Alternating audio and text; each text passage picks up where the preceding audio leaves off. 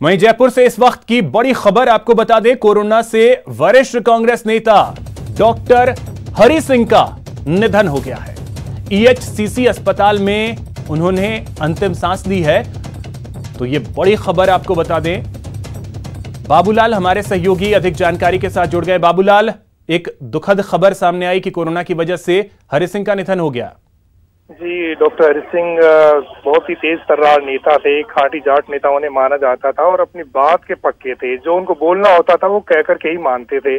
पिछले काफी महीनों से बीमार चल रहे थे। ईएचसीसी अस्पताल में उनका इलाज चल रहा था। कोरोना संक्रमण के चलते उनको भर्ती कराया गया था, लेकिन हार्ट की डिजीज उनको थी, शुगर की बीमारी उनको थी। तो डॉक्टरों ने बहुत कोशिश की, लेकिन वो उनको बचा नहीं पाए। उन्होंने फुलेरा क्षेत्र की कई बार विधानसभा में नुमाइंदगी की। जन्मे जरूर वो झुंझुनू जिले में थे, लेकिन बहुत बड़ा नाम था। उन्होंने विदेश में उस जमाने में डॉक्टरी की शिक्षा पाई थी। बहुत बड़े सर्जन माने जाते थे और सीकर लोकसभा क्षेत्र का भी उन्होंने प्रतिनिधित्व किया। और जिन नेताओं से उनकी नहीं बनी तो बिल्कुल नहीं बनी। आज के जो बड़े नेता हैं, प्रदेश के मुख्यमंत्री अशोक गहलोत से भी उनकी बहुत कम पटरी बैठी। कुछ समय के लिए वो राष्ट्रवादी कांग्रेस पार्टी में चले गए थे, शरद पवार के साथ में उन्होंने दामन थामा था, लेकिन कामयाब नहीं रहे। उसके बाद में वो बीजेपी में भी गए, लेकिन बीजेपी ने भी उन्हें निराश किया। बाबूलाल, तो ये एक तरीके से दुखद खबर प्रदेश के लिए। बहुत शुक्रिया आपका इन तमाम जानकारियों के लिए। उच्च शिक्षा के क्षेत्र में सीएम अशोक गहलोत ने प्रदेश को सौगात दी है। सीएम ने 11 सरकारी कॉलेज और 9 तकनीकी संस्थानों की नई बिल्डिंग का उद्घाटन किया। वीडियो कॉन्फ्रेंसिंग के जरिए सभी भवनों का उद्घाटन हुआ। कार्यक्रम में उच्च शिक्षा मंत्री भंवर सिंह भाटी, तकनीकी शिक्षा राज्य मंत्री सुभाष गर्ग, राज्यसभा सांसद नीरज डांगी समेत जनप्रतिनिधि और आलाधिकारी जुड़े। कार्यक्रम को संबोधित करते हुए सीएम गहलोत ने कहा कि उच्च शिक्षा और तकनीकी शिक्षा पर सरकार का जोर है। युवाओं के विकास के लिए लगातार काम किया जा रहा है।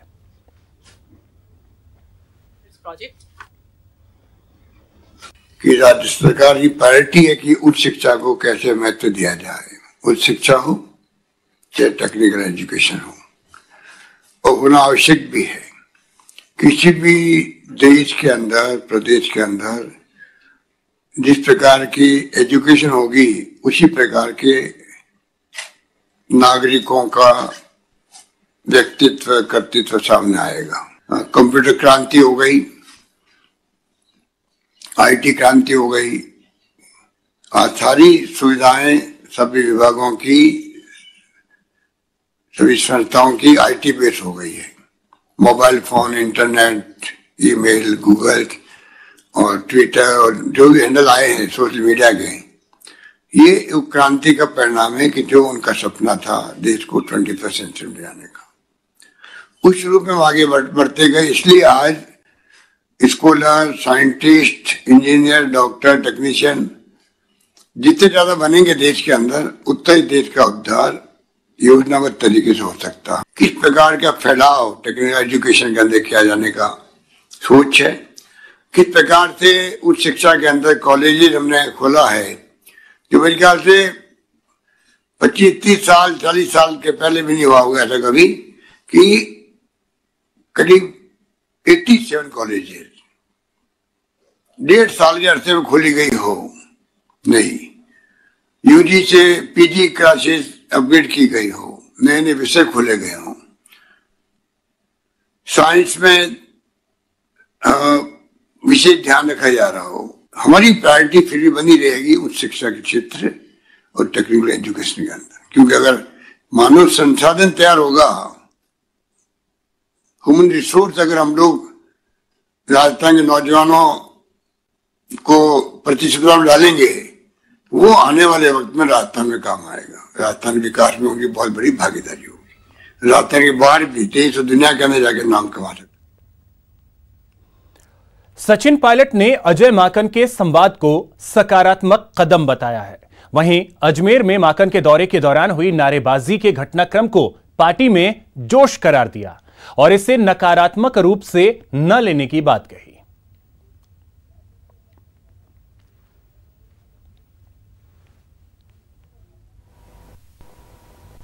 महासचिव महोदय से लोग मिलना चाहें और होता है जब सीमित आप रखें और बहुत ज़्यादा लोग आ जाते हैं तो थोड़ा बहुत ऊपर नीचे हो जाता है, लेकिन मुझे लगता है इसको नकारात्मक स्पिरिट में नहीं लेना चाहिए। जैसा अजय माकन जी ने खुद कहा कि सब लोग अपना व्यू है, नौजवान लोग हैं, अपनी बात रखते हैं, लेकिन मुझे लग रहा है कि हम सबको अपना ध्यान फोकस करना चाहिए कि पार्टी को मजबूत कैसे करें पंचायत चुनाव के अंदर, नगरपालिका चुनाव के अंदर।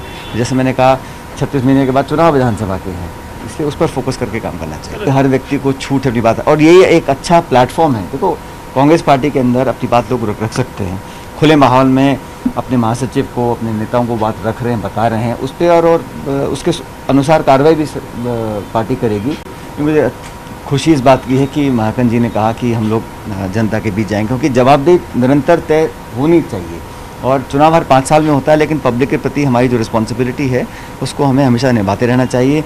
2 अक्टूबर को अलग अलग डिपार्टमेंट्स ने जो काम किए हैं, हमारे चुनाव घोषणा पत्र में जो हमने वादे किए थे उनमें से कितने पूरे हुए हैं, अलग अलग डिपार्टमेंट वाइज रिपोर्टिंग होनी चाहिए। और मैं समझता हूँ सिर्फ सरकार के लेवल पर नहीं, सरकार ने क्या काम किया जनता को भी जानना चाहिए। आज ज़रूरत इस बात की है, सबसे ज़्यादा तो किसान और नौजवान। तो नौकरियों के आंकड़े सरकार छुपा रही है, बता नहीं रही। 2 करोड़ रोजगार देने का वादा किया था, पिछले बार रिपोर्ट आई है कि 2.1 मिलियन जॉब्स, मतलब 2 करोड़ 10 लाख नौकरी खत्म हो चुकी हैं, वेतनों में कटौती हो रही है, छोटे जो लघु उद्योग हैं वो बिल्कुल निपट गए हैं, तो व्यवस्था बिल्कुल पटरी से उतर चुकी है। दूसरी तरफ चीन आक्रमण कर रहा है, हमारी सीमाओं के अंदर घुस रहा है, घुसपैठ लगातार हो रही है, मीडिया में आ रहा है, लेकिन सरकार का कोई स्पष्ट ना तो रुख है ना जवाब देने की कोई मंशा है। अभिनेता सोनू सूद ISM एडुकेट के ब्रांड एम्बेसडर बने हैं। सोनू सूद रियल हीरो का एक आदर्श उदाहरण है। कोविड-19 में सोनू सूद के मानवीय पक्ष को राष्ट्रीय और अंतर्राष्ट्रीय स्तर पर पहचाना गया। ISM एडुकेट के संस्थापक अपने संस्थान के ऐसे छात्रों के लिए एक ऐसा अवसरों के प्रदाता बनना चाहते थे जिनके पास क्षमता थी लेकिन उच्च कैपिटेशन फीस या योग्यता परीक्षाओं में उत्तीर्ण न हो पाने संबंधी दुर्भाग्य के शिकार थे। कोरोना काल के दौरान मई 2020 में सोनू सूद ने दूर दराज के क्षेत्रों में फंसे हुए हजारों भारतीय प्रवासी कामगारों को उनके घरों तक पहुंचाने में मदद की। डॉक्टर फणिभूषण पोटू ने 2000 में अलमाटी कजाकिस्तान में एक डॉक्टर के रूप में स्नातक की उपाधि प्राप्त की है। वह समाज सेवा करने के लिए अकेला नहीं रहना चाहते। ऐसे में उसने अधिक से अधिक डॉक्टर तैयार करने और समाज को बेहतरीन स्वास्थ्य सेवाएं देने के लिए अनूठा मार्ग अपनाया है। बेस्ट प्लेसेस के अंदर है आप, जब आप ऐसे माहौल में पढ़ते हैं तो आप एक बेहतर स्टूडेंट, एक बेहतर डॉक्टर बनकर बाहर निकलते हैं। मैं आपसे यही रिक्वेस्ट करूंगा कि जब आप अपना करियर चुने तो make sure that you choose the right path. बड़ा इंपॉर्टेंट है कि आप सही रास्ता चुनकर अपने जो आपके ड्रीम्स हैं उसको अचीव करें, और आपके और ड्रीम्स के बीच में एक ही नाम है, दैट इज ISM। यहां रुकेंगे एक छोटे से ब्रेक के लिए। ब्रेक के बाद आपको दिखाएंगे नागिन का पुनर्जन्म।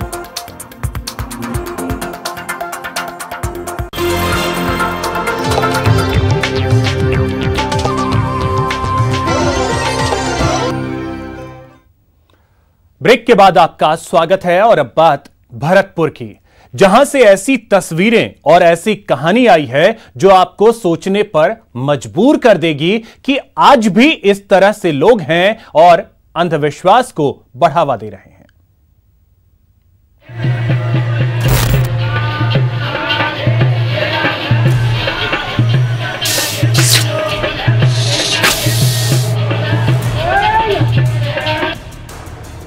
अंधविश्वास का एक ऐसा खेल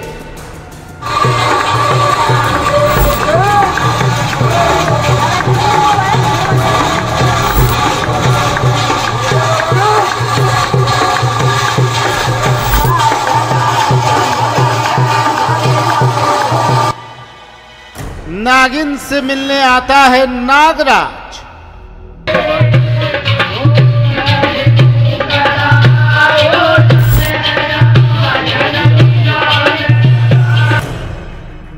बार बार टस कर चला जाता है।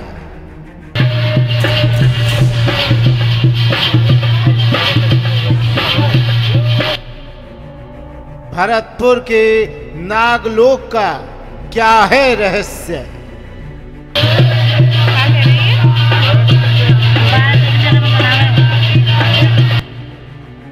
नागिन का पुनर्जन्म।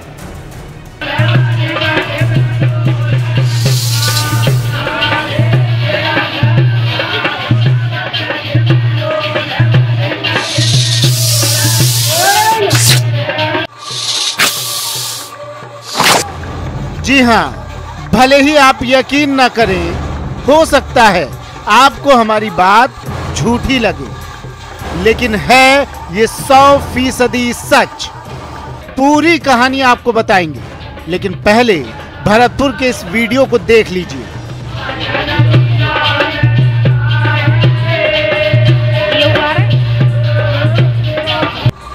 इस मजमे को देख लीजिए।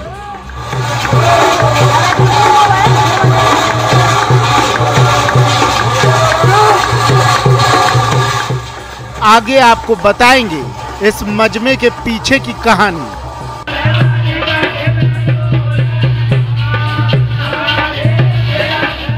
लेकिन पहले इससे जो कहानी हवा में तैर रही है वो सुन लीजिए।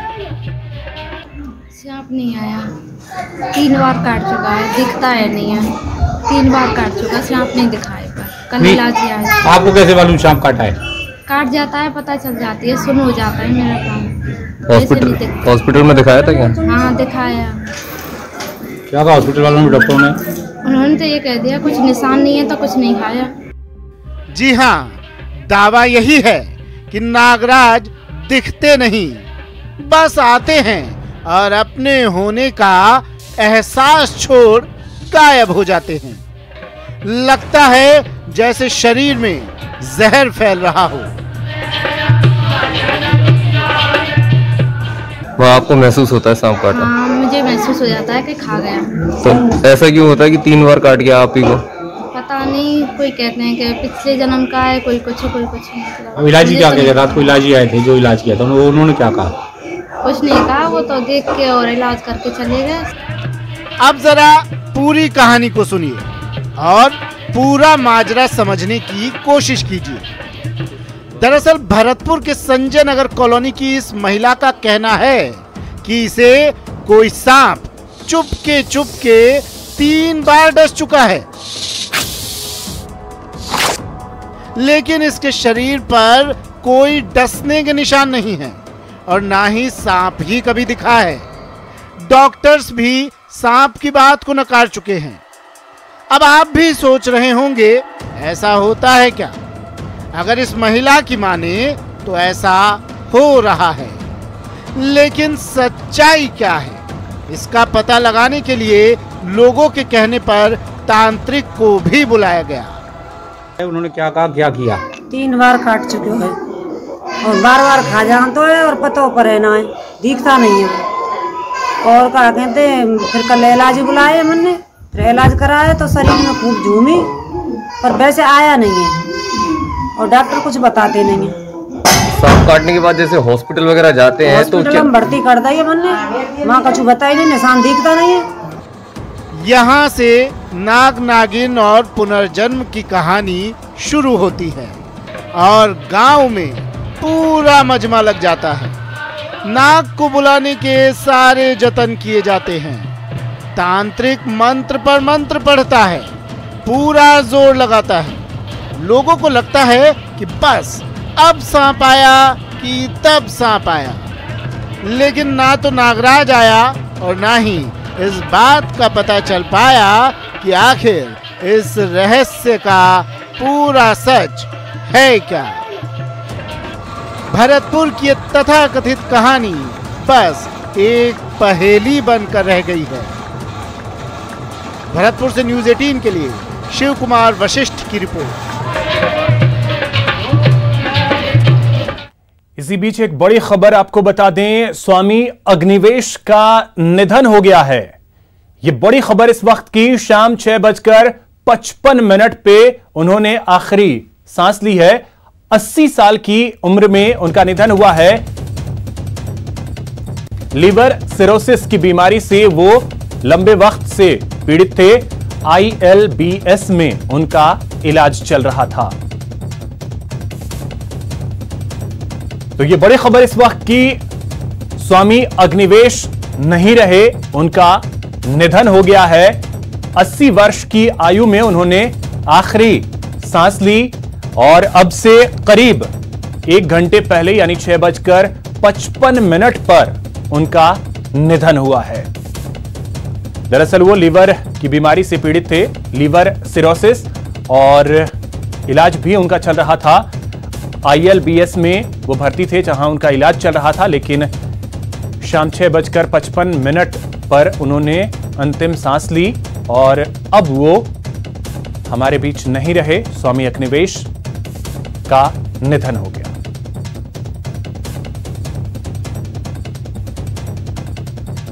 सवाई सिंह जो कि सामाजिक कार्यकर्ता हैं, वो हमारे साथ जुड़ गए हैं। सवाई जी, एक बेहद कहें तो दुखद खबर आई है कि स्वामी अग्निवेश का निधन हो गया है, क्या कहेंगे? बेहद दुखद है। मेरा 43 ईयर्स से रिलेशन उनके साथ रहा है। जी जी। 43 साल पहले से। आफ्टर इमरजेंसी सबसे पहले गेस्ट उनको बुलाया, तब वो काफी जवान थे। और उसके बाद मैंने उनका कितने ही जगह पर देखा। देश भर में जो भी जन आंदोलन, जन समस्याएं रही हैं, उनमें बढ़ चढ़कर स्वामी अग्निवेश जी। सवाई सिंह जी, ये बेहद दुखद है कि वो अब हमारे बीच नहीं रहे। बहुत शुक्रिया हमारे साथ जुड़ने के लिए, बातचीत करने के लिए। फिलहाल इतना ही, नमस्कार।